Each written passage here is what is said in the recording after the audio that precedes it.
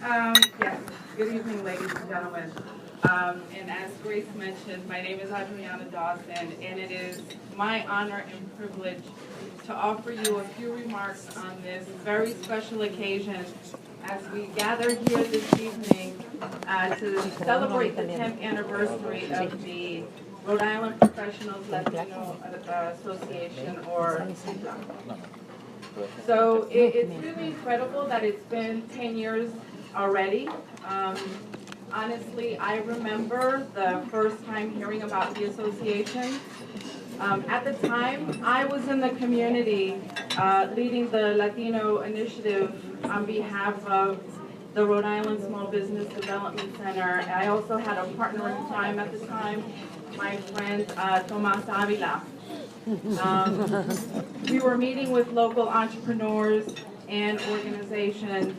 And at the time, I kept hearing about this newly formed group of professionals coming together from different countries that were gathering on a monthly basis. You know, I was definitely very intrigued because we were leading a Latino initiative to support Spanish-speaking entrepreneurs, to support the growth of Latino entrepreneurship in the state. And so there was definitely an intersection, and I was definitely intrigued, and I wanted to find out more. Absolutely. And I was lucky enough to connect with Dr. Valerio and had the opportunity to find out more about the birth of the organization and attended one of its very early meetings. And well, here we are, about 10 years later, right? And as we celebrate the 10th anniversary tonight, I think we can all agree that we've witnessed RIPLA fulfill its mission to create opportunities, capture resources, and build relationships for immigrants and non-immigrant Latino professionals in Rhode Island, while expanding the Latino leadership and presence in the local workforce. Now, we've also seen how throughout the years, both its past and current board presidents and members of the RIPLA board, how they themselves have exemplified the mission of the association by the work that they themselves have carried out in the community, many of which have gone to launch very successful, nationally recognized small businesses. Those have gone to launch other community-based organizations, and on and on. But let's just pause for a quick minute, and let's talk about the Latino community in Rhode Island. We've seen an incredible shift in these past 10 years, not only just in terms of our growth, but more importantly in the strides that we've made in the political, education, small business, healthcare, arts, banking. Folks, we are everywhere. We really are. And those being recognized this evening are certainly an example of that. These gentlemen that will be recognized shortly have worked tirelessly on behalf of our community, as have many Latinas here tonight. So how about a round of applause for all the Latinas in the house?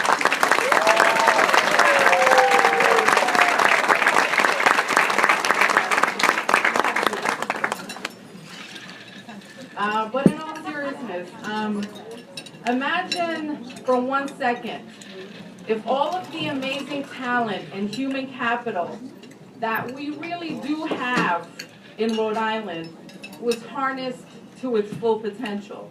How much farther those strides in our community could really be. But we're confronted with an unfortunate reality that finds professional Latino immigrants and others who more often than not find themselves underemployed relative to their skills. We all know someone, maybe we've been there ourselves, or we find ourselves there now. We keep hearing that the future health of our economy depends on a skilled 21st century workforce. Well, we're sitting on a vast reservoir of talent, yet there is little or no resources to assist this population of talent. I mean, there are hardly any resources to assist the community or the organizations that assist them with their professional or educational credentialing. And I'll be honest, you know, I stand here before you tonight representing a higher ed. And we in higher ed are just starting to make the connections and developing programs that are specifically designed to encourage, counsel, or otherwise help foreign educated individuals realize their career pathways in the U.S. I mean, quite honestly, it wasn't necessarily a big priority for us, kind of up until now. But that's why organizations like RIPLA have been so critical to this community and the countless newly arrived Latino professionals that have been supported throughout the organization's 10-year history. And during this time, the organization has also had to make adjustments based on the needs of the community that has been impacted by the economic downturn.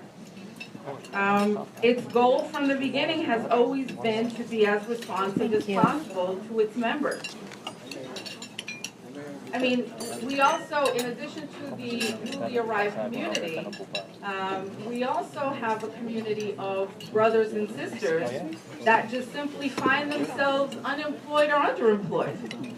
You know, I completely get the conversation about, you know, how do we prevent brain drain?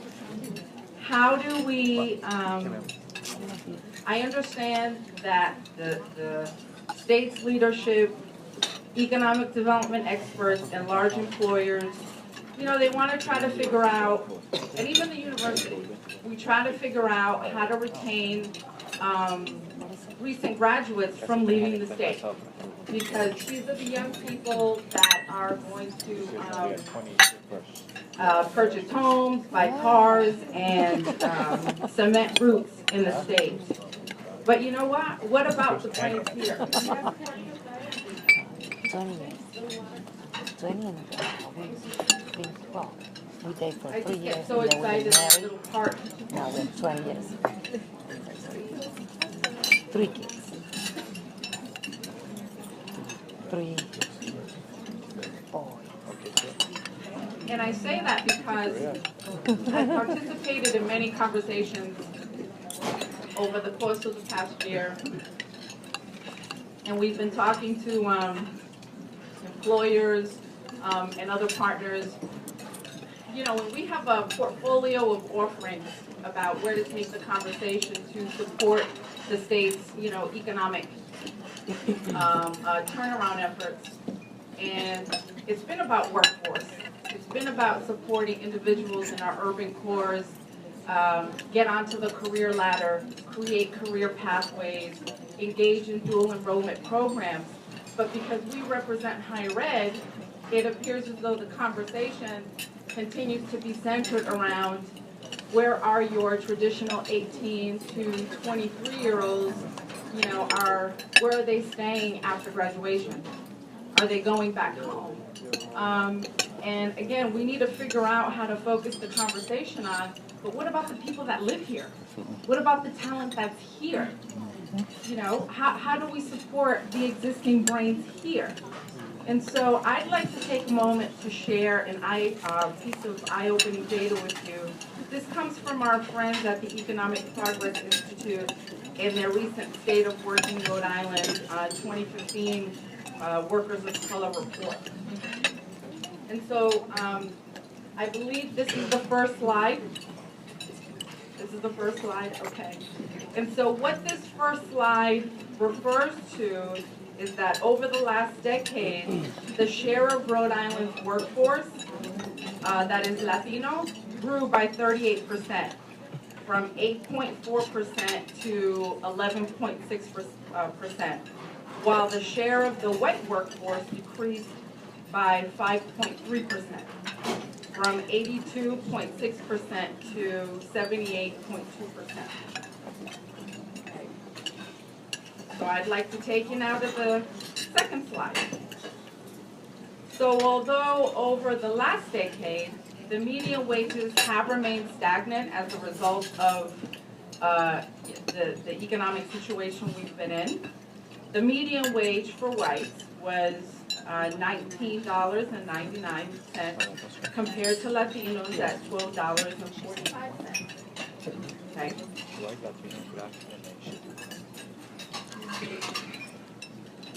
And I'll take you to the last slide. So in the last slide, in regards to unemployment rates, the highest white unemployment rate was at 9.7% at one point, which was still more than 2 times less. You heard me right.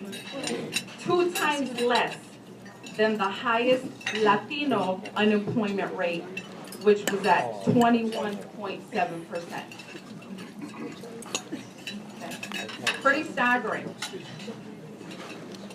I'm going to leave that up there for a second while I have another slide. I would say no. So the impact of the Great Recession and the slow economic recovery has also taken a significant toll on young workers who have faced comparatively high rates of unemployment and underemployment, especially in our Latino community. Statistics can tell us about trends, or they can point out stark disparities like the slides have pointed out, but it's something entirely different when you actually hear the stories or you're living it. So as we look into the future, and at a time where we know that in the next 5 to 10 years, employers are going to be faced with a wave of retirements and a talent deficiency. Wepa!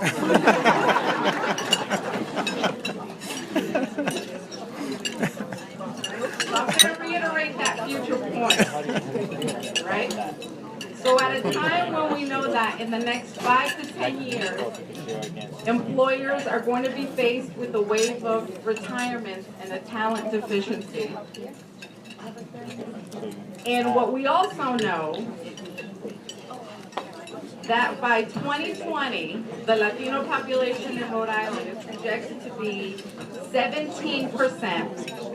By 2030, 22%, and by 2040, 26% conservatively. Something's got to give. Because these slides and where we fall and where our wages fall and where the gaps are in terms of our educational attainment and the skills, but the talent that employer needs, there's definitely a gap. Okay. So what does that mean for our professional Latino community and our partners, and for all of you here in this room tonight? That means that we need to start having some serious conversations and asking ourselves the following questions. How is our community and our community of partners, how are we planning for that growth?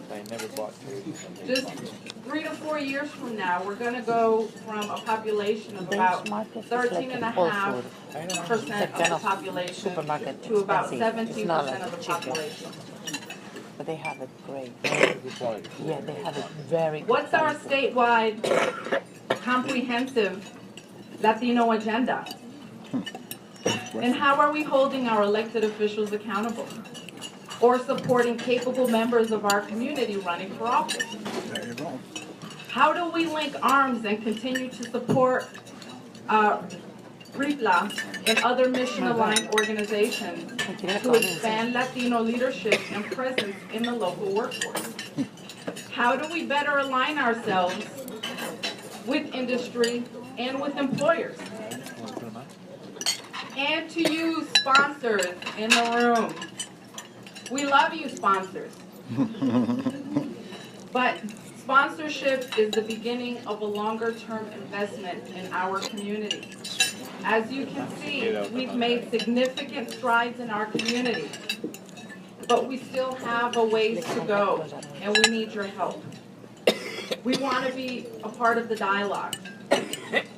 We want to be part of your business solution. We want you to consider talent from our community. We want you to help mentor our youth and introduce them to new career pathways. We want to be your partners in business. Now, RIPLA is very well positioned to continue the conversation and be a convener and a catalyst to ensure that we make gains on these glaring disparities and continue to empower our community of talented professionals. So tonight, we salute you, RIPLA.